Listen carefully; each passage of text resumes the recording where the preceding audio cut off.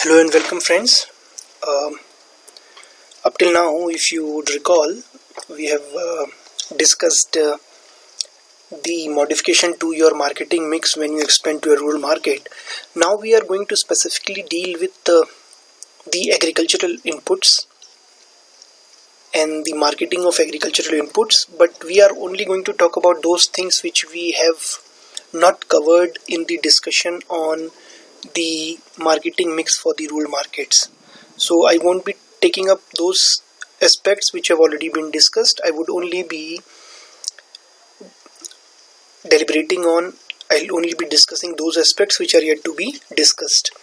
Okay, so what are agricultural inputs? Since we have to study about the marketing of agricultural inputs, we should know what are agricultural inputs. So basically anything which goes into cultivation basically is an agricultural input.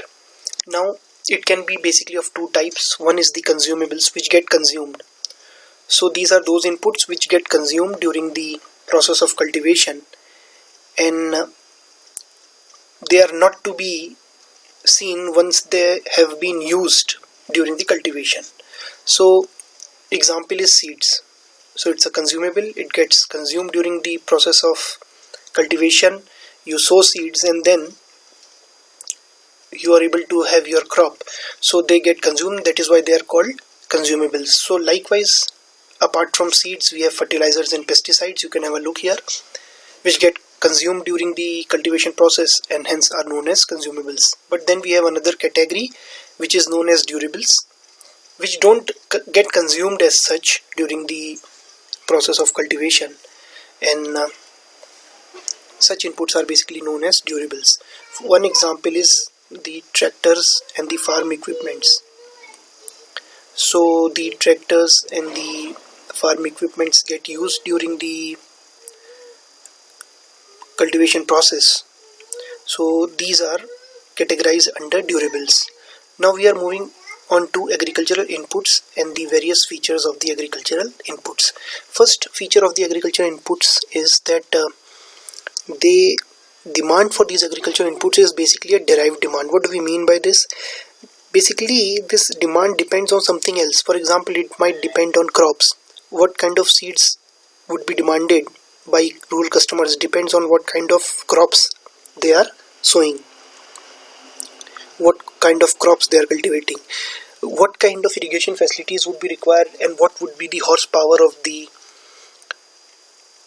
electric pump that is used to draw out water from the ground.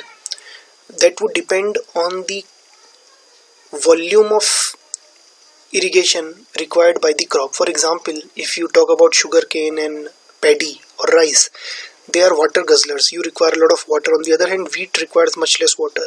So basically the demand for pump would depend on in a particular region would depend on the kind of crop which is grown and how much water does it require to grow. So that is why what I am trying to tell you is that the demand for agricultural inputs is basically a derived demand. Now the demand for agricultural inputs also depends on unpredictable factors like rainfall, which you cannot predict well in advance. It also depends on factors like subsidies and government incentives, and it also depends on the minimum support price which the government is offering to the farmers for growing a particular crop. So for example, if the rainfall is good, naturally the crops would be growing well and you would have a good yield. So naturally in that case you would want more amount of fertilizers and more amount of pesticides. On the other hand, if there has been no rainfall and because of which the crop could not grow, you naturally are not going to require any tractor or any harvester, or for that matter you would also not require pesticides because the crops have not even grown in the first place. Likewise, if the subsidies are being provided by the government for a particular crop, for example, many times to incentivize the production of pulses, dale, government provides various kinds of facilities and initiatives. That would mean that more of the farmers would want to grow pulses, and naturally if more of the farmers would want to grow pulses, the demand for pulses would also increase. Again, minimum support price is another factor. For example, this is the price that the government declares right in the beginning of the cropping season, and it is that price at which the government would be purchasing the crop from the farmer. So government assures the farmer that we would be purchasing the crop from you in case you are not able to sell it somewhere else at this particular support price. So more support price for a particular crop would mean more and more number of farmers who want to grow that crop, and there would be more demand for the seeds required to grow that crop, or the pesticides or fertilizers specific to that particular crop. So demand of agriculture input depends on unpredictable factors like this. The purchase and use of agri inputs can't be postponed. For example, if in the beginning of, let's say, July and August you have to apply fertilizers, you cannot, as a farmer, you cannot put off your demand for 2 weeks or 3 weeks, because by that time the crops would start rotting then. So if, for example, irrigation is required, it has to be required within a particular time period. The farmer has no option to postpone that requirement, which means that you cannot make the farmer wait for a particular product. That happens in cars. For example, if the car particular model which is demanded by the customer is not available, you would ask him to wait, and you would deliver the model 2 months down the line. But then that is just not possible because of this particular fact that the farmer himself cannot postpone the use of these kind of agriculture inputs. So for example, if at a particular point of time irrigation is required, he will have to buy some kind of irrigation equipments, and you cannot ask him to wait for 2 more months if that particular equipment is not available with you. That means the implication for you as a marketer is that you should ensure timely delivery. So whenever the farmer has the requirement, your product should be available at the retailer point so that he can buy it then and there. Fine. Then another feature of the agri inputs is that the selling is basically technical selling. You would understand that agriculture inputs, be it pesticides, be it seeds, there are so many technicalities involved. For example, seeds, what is the variety, what are the various qualities, is it pest resistant, is it drought resistant, so what time of the cropping cycle, on what particular day in the cropping cycle should it be sown. So there are so many technical things involved. Likewise is the case of the pesticides and fertilizers and even tractors. So there are so many technicalities involved. That is why technical selling has to be done. And generally, not always, but generally you would be going for rational appeal, where you will be talking about the features, attributes of the product, the functions that the product performs, and how attribute wise it is better than the other products in the market. So there is a lot of use of rational appeal, but then again I'm saying that as an exception you can always go for emotional appeal. So however, the selling is very much technical, wherein you talk a lot about your features, attributes, the various specifications that are there in agri inputs markets. Is this okay? Again, agri input, whenever you go and sell agri inputs, when you have to market agri inputs, you have to be good at both consumer marketing and business marketing. Why? Because selling agriculture inputs has elements of both. As far as promotion and distribution is concerned, you promote your product just like you promote the consumer goods, and likewise you distribute your product, you make it reach the retail end just like you do in the case of consumer goods. For example, in the case of soaps or in the case of toothpaste, just like that you have to make your product available at the retail point. On the other hand, just like in the case of business to business kind of a transaction or a industrial good, you have to go for personal selling, which means there would be some individual who would go and have a face-to-face interaction with the prospective purchasers, with the prospects which are there in the market who might want to buy your product. So you will have to have a face-to-face interaction, you may have to go for demonstration, you may have to go for repeated meetings. You may not be able to crack the deal in the first instance. You might have to have repeat meetings with the clients, with the customers. So in that sense, and also since selling agricultural inputs require technical selling kind of expertise. In that sense, agriculture inputs, the marketing of agriculture inputs is very close to marketing of industrial goods. So agricultural input marketing, in that is why, is a little difficult than just consumer goods marketing and just industrial goods marketing, because it requires expertise in both the domains, right? So it has features of both, and you need to be an expert in both. Then only you'll be able to do well as far as marketing of agriculture inputs is concerned. Now let us talk about how the market is segmented when we are trying to sell agriculture inputs. So one basis of segmentation. Now this is above and beyond all the segmentation variables that you have probably studied in marketing management. You talked about the demographic, the geographic and psychographic and behavioral segmentation. Within that also you talked about examples. So this is above and beyond that. So what are the agricultural in marketing of agriculture inputs, what are the ways in which, or on what variables, on the basis of what variables do you segment the market? So the first variable of segmentation is the size of the land holding. So there can be different sizes up to 1 hectare or 1 to 2 hectares, greater than 2 hectares, which are generally affluent farmers. So this could be one basis for segmentation. The other basis could be the type of crop. Naturally, if somebody is growing rice and some other person is growing, let's say, fruits and vegetables, the kind of fertilizers which would be required, apart from the kind of seeds that would be required, the kind of pesticides that would be required, they would all be very, very different. So the type of crops can also be a segmentation variable. So you can segment the market according to the kind of crop which is grown in a particular region, and then you can focus on a particular region, find out the crop that is grown there, and then provide inputs specific to that particular crop. So let's say if I have focused on the UP, Uttar Pradesh, this whole state as one of my market, and I have segmented the market, and I found out that in my UP a lot of wheat is grown and a lot of rice is grown. So I have decided to target the UP market. Once I have segmented the total national market, then since I have targeted the UP market, I have found out that they are generally growing rice and wheat, I would come up with seeds and fertilizers and pesticides which are specific to the cultivation of rice and wheat and rice. Is this okay? So that would be the whole idea. So this is why at times you also use crop types for segmentation purpose. Then power supply, whether it is regular or erratic, then that again can be used for segmentation of market. Naturally, if you are trying to sell some kind of an agriculture implement which requires 24/7 power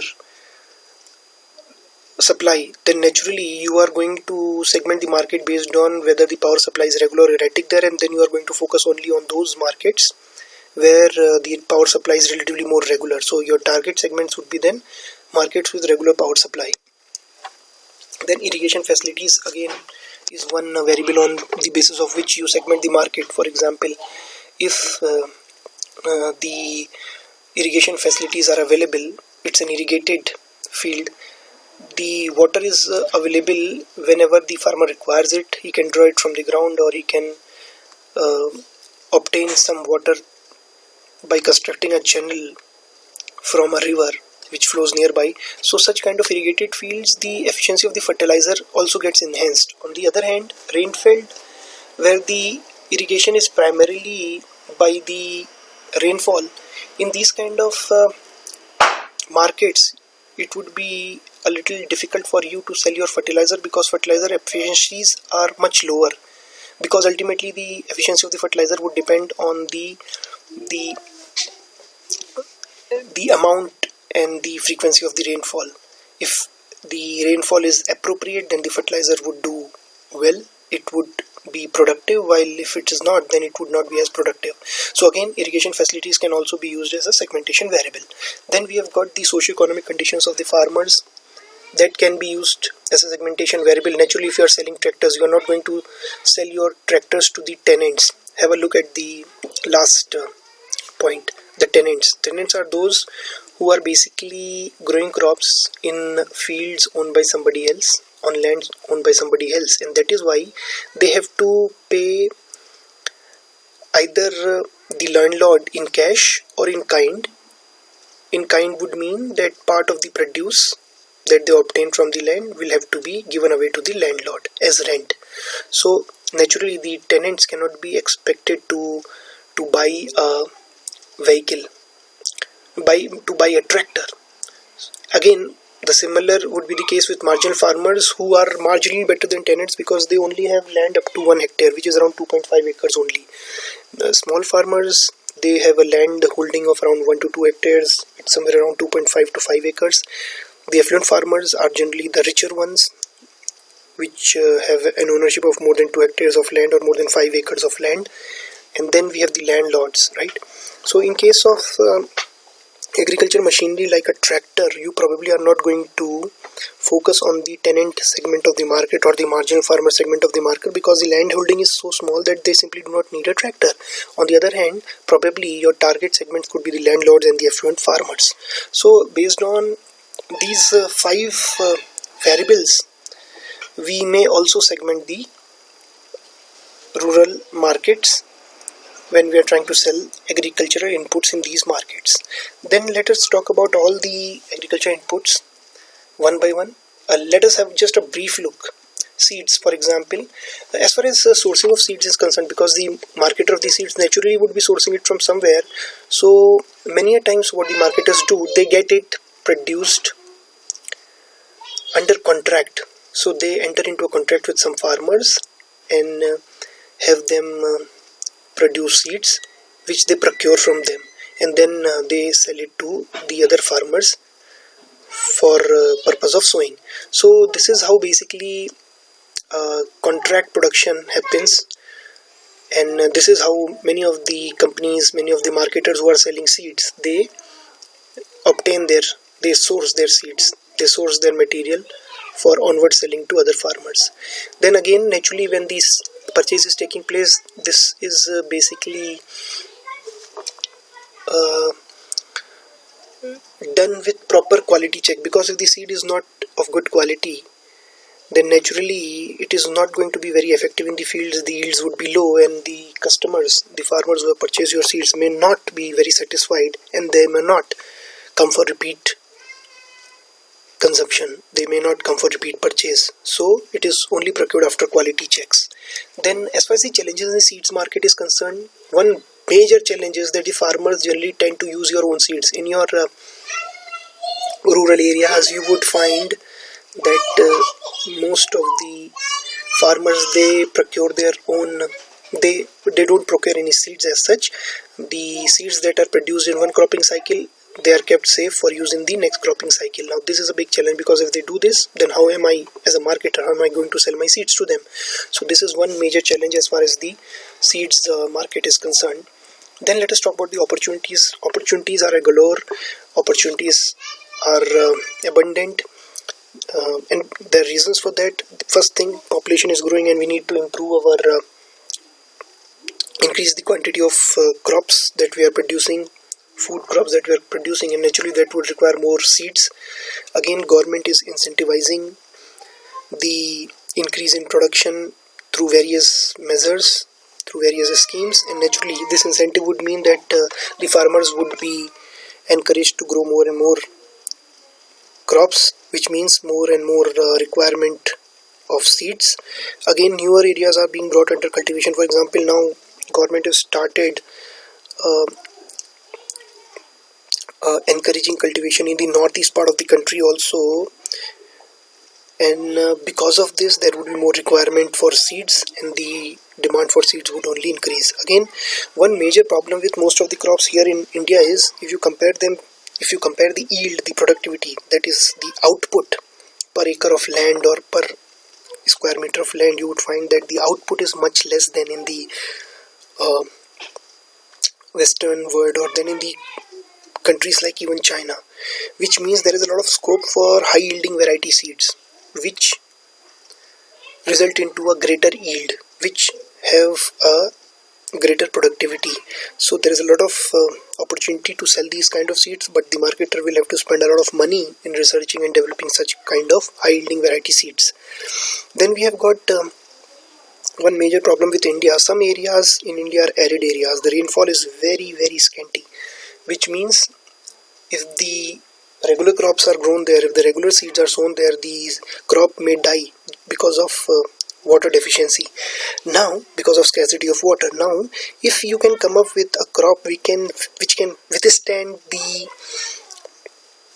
low amount of rainfall, which can withstand the dry patch of the season when there is no rainfall, so naturally that kind of seed would be in more demand in such kind of areas which are arid areas. Arid means less rainfall.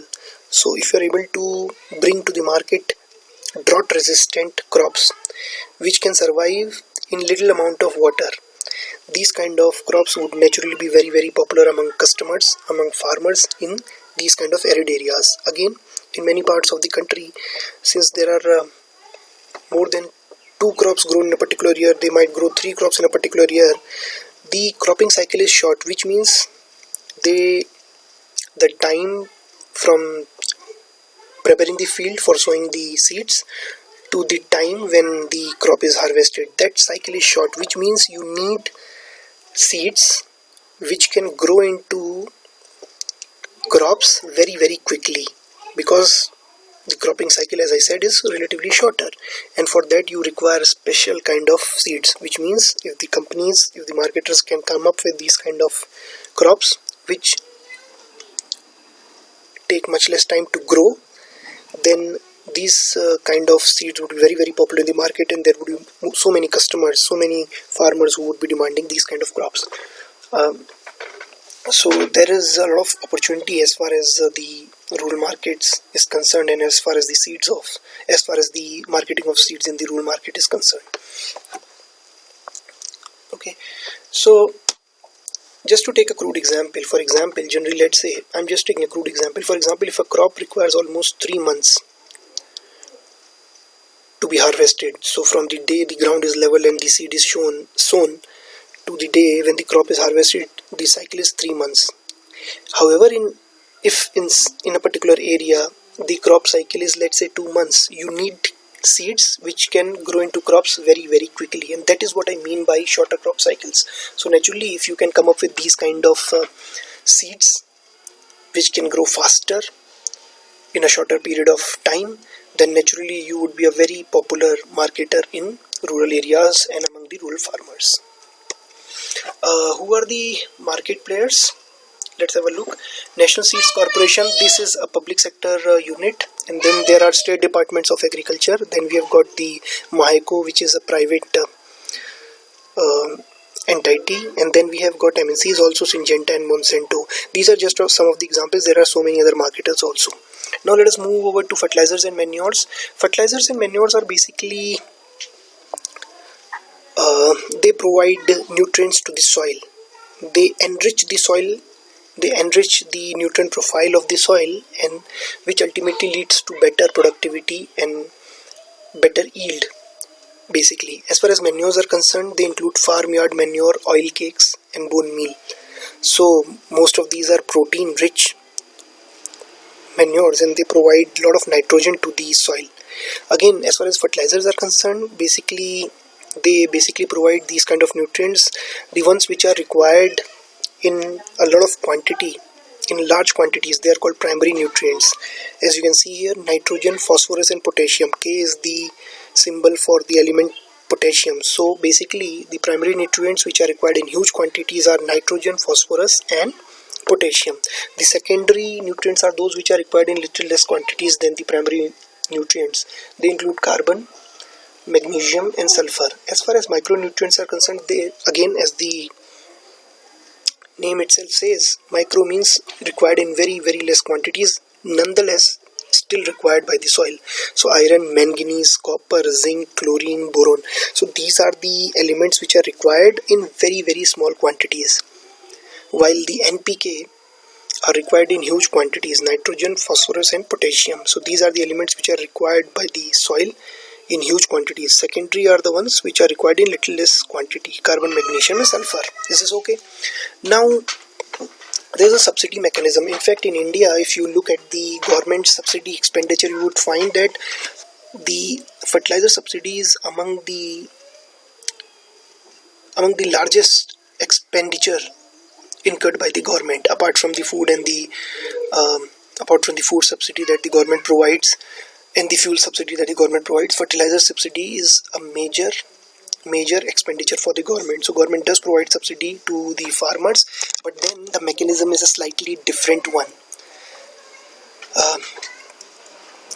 For example, in urea, the government does what? It regulates the maximum retail price. So no marketer can sell beyond that MRP, no matter whatever its cost of production is. So it cannot sell beyond that MRP. In that sense, the urea market is under strict government control.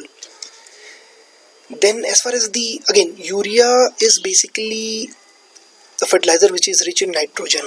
It's a nitrogenous fertilizer, right? And the market is regulated by the government. The maximum price is fixed by the government, and nobody can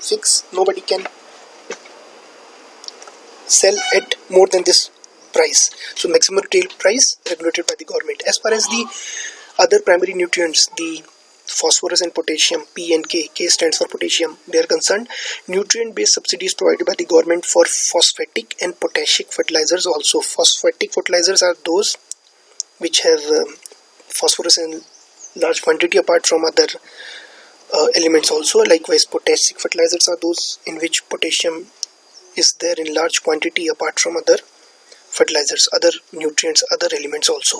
So in the case of P and K, phosphatic and potassic, PHOS, PHATIC, phosphatic, and potassic, POTASSIC. In case of these two kind of fertilizers, nutrient based subsidies being provided by the government. Then what are the challenges in the fertilizer and manure market in India? First challenge is the unscientific use.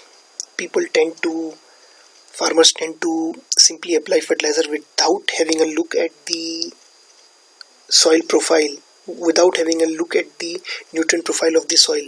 So let's say the soil may be rich in nitrogen, but they would still apply urea. So that is an unscientific use that ultimately leads to soil pollution, lower productivity over a period of time, and plus apart from that, it also causes pollution of the groundwater bodies because the fertilizer seeps down and pollutes the groundwater. So this is a major challenge. Market is regulated by the government, as I said a little while ago, and there is a fertilizer control order which was issued 1985, and that was issued under the Essential Commodities Act, which specifies what all substances can be called fertilizer. Have a look at the yellow box. What are the method to be used for sampling and analysis of fertilizers? Naturally, some sampling analysis would be taken by the regulatory body. So what method would be adopted for that purpose? And then how to, if you are a manufacturer of fertilizers and manures, or if you are simply a trader, both cases, how do you get yourself registered and acquire a license to manufacture or sell the fertilizers? Apart from that, what are the conditions to trade fertilizers and manures?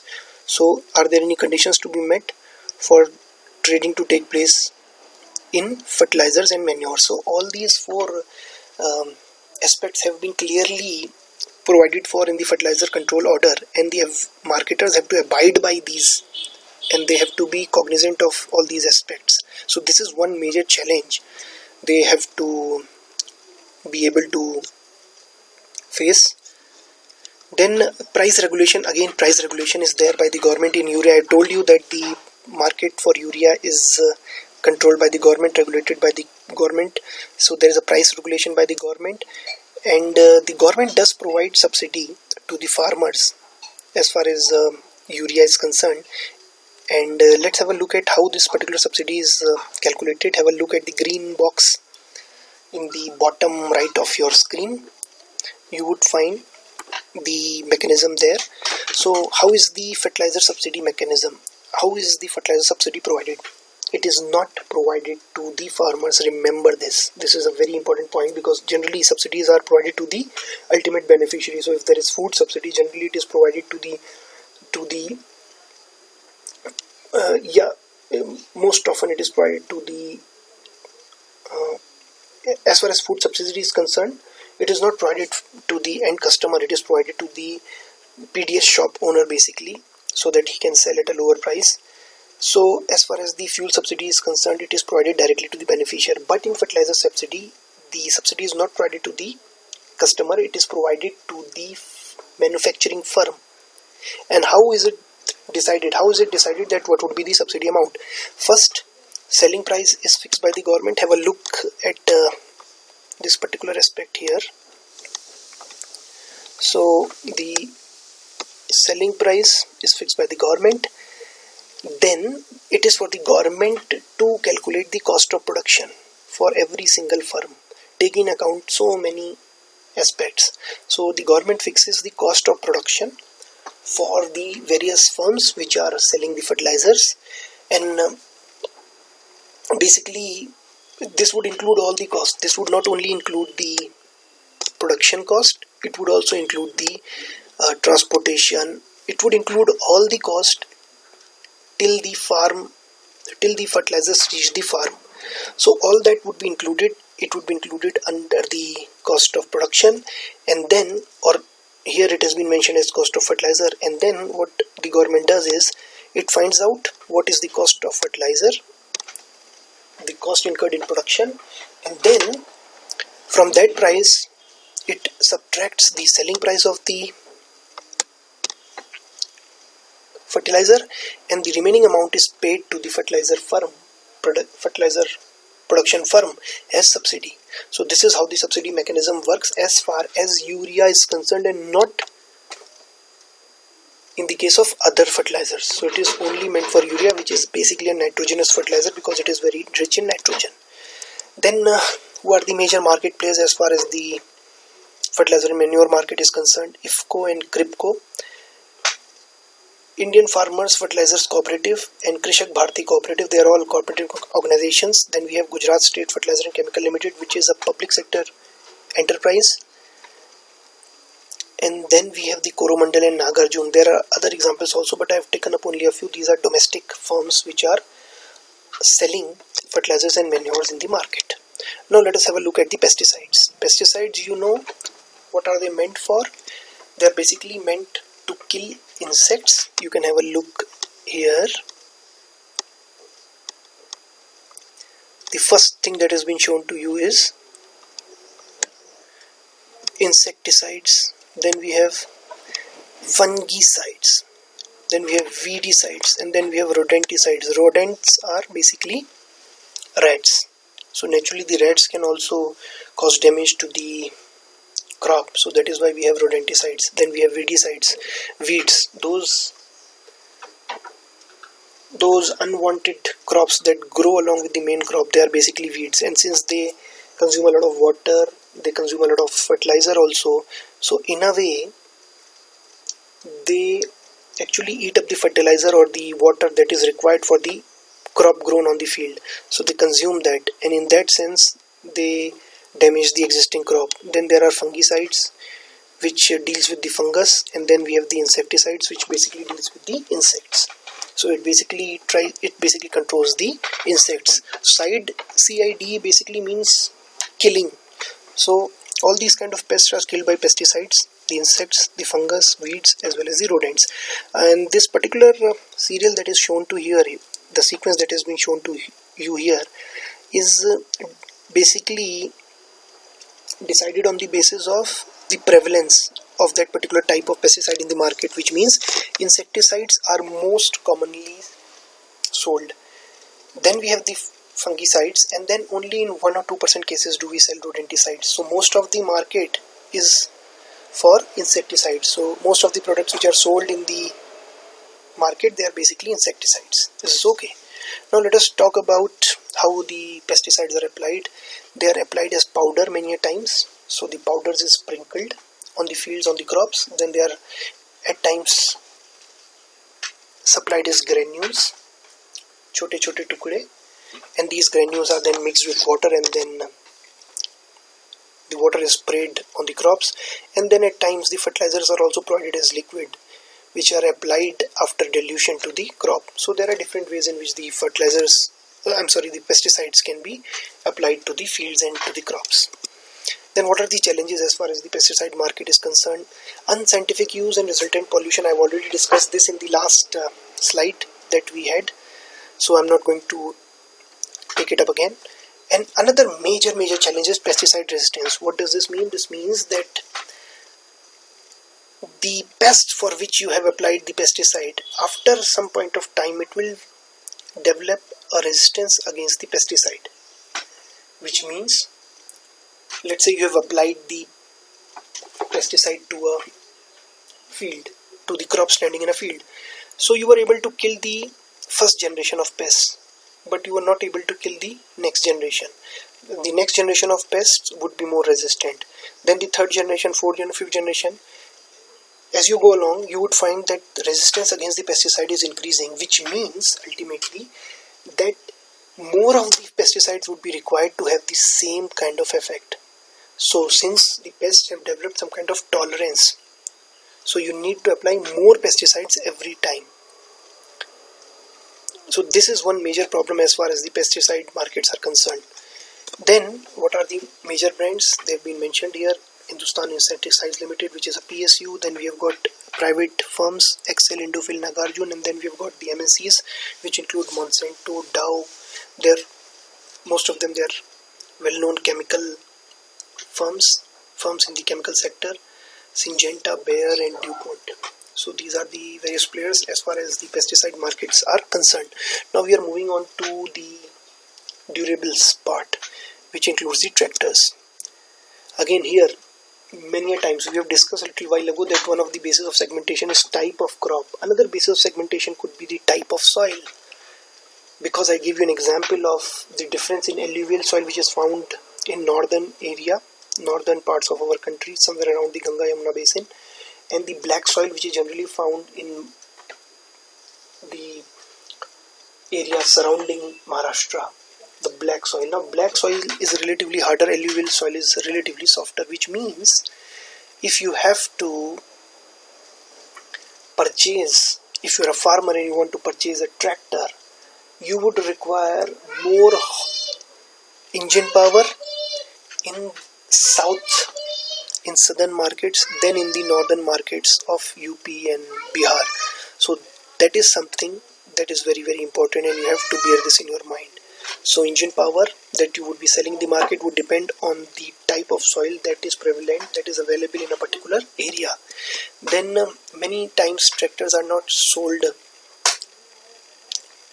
all alone. I mean, they are sold with some implements that come with the tractor, which include the tiller. Tiller is the one which will till the land, which will turn the soil upside down before the seeds are sown, and then the leveler, which will level the land. So these are the implements which are generally required before the seed is sown. So these are some of the implements. There are other implements also, for example harvester, which helps you in harvesting. So there are so many such implements there available in the market, and many times tractors are sold along with the implements. What would be the change in the marketing mix when you are going for tractors? The one change that you'll have to be really careful about is the financing and insurance options. You know that you are selling to farmers in rural areas. They may not be very rich. Only a small percentage, minuscule percentage of our farmers are landlords. So they are not very rich, and naturally they would require some kind of credit facility so that they can purchase the tractor on credit. Or here we are not only talking about tractor in specific, but other farm equipments also. So they would require some kind of credit facilities, some kind of loan, so that they can purchase the tractors and other farm equipments. Again, you will also have to provide them insurance options, so that if the tractor breaks down, or there is some accident that takes place, or because of any other reason some damage happens to the tractor or the agricultural implements, then the farmer is compensated for that. The owner of the tractor or the owner of the agricultural equipment is compensated for that. So that is something that you have to be really careful about. Secondly, the farmers may not be able to pay installments in the range rupees 5,000 or 3,000, 7,000 per month, which is okay with customers like us in the urban areas. So for them, these installments have to be much smaller, which means the loan repayment period would be relatively longer. So much smaller installments. It could be an installment of, let's say, just 500 rupees per month. So the installments are much less, or of a lower value. However, this would mean that the repayment period would be longer. And then many a times to expand your market, to increase your sales as a marketer, what you need is to encourage the farmers to form groups, because single farmers, specifically if they are marginal farmers or small farmers, they would not be able to purchase your tractor, and it would not make sense for them because they can till their whole field. It's a small area and they can till it on their own. But if, let's say, 10 such farmers come along, they pool in their land, everybody had somewhere in the range of 1 to 2 acres, so you will easily have 15 to 20 acres of land available with you, which means now they would start requiring machinery, farm machinery like agriculture implements and tractors. So as a marketer, you can encourage the small cultivators to form groups and then jointly purchase the tractor or other farm equipment. So this is some tactics that you'll have to apply here as far as selling of tractors and farm equipment is concerned. Then what are the major brands? We have got Mahindra & Mahindra, Tefe, Escorts, and then we have the foreign firms including John Deere and New Holland. So there are other such brands also in the market. You can look for them on your own. You can go through the book and find out the other examples also. So basically now in this particular discussion we have not only discussed the agricultural inputs like seeds, fertilizers and pesticides, we have also had a chat about the tractors and the marketing of tractors in the rural areas. I hope this has been an informative session for you, and in the next video session that we'll have, I'll be discussing the marketing of agricultural commodities. Thank you very much for your time.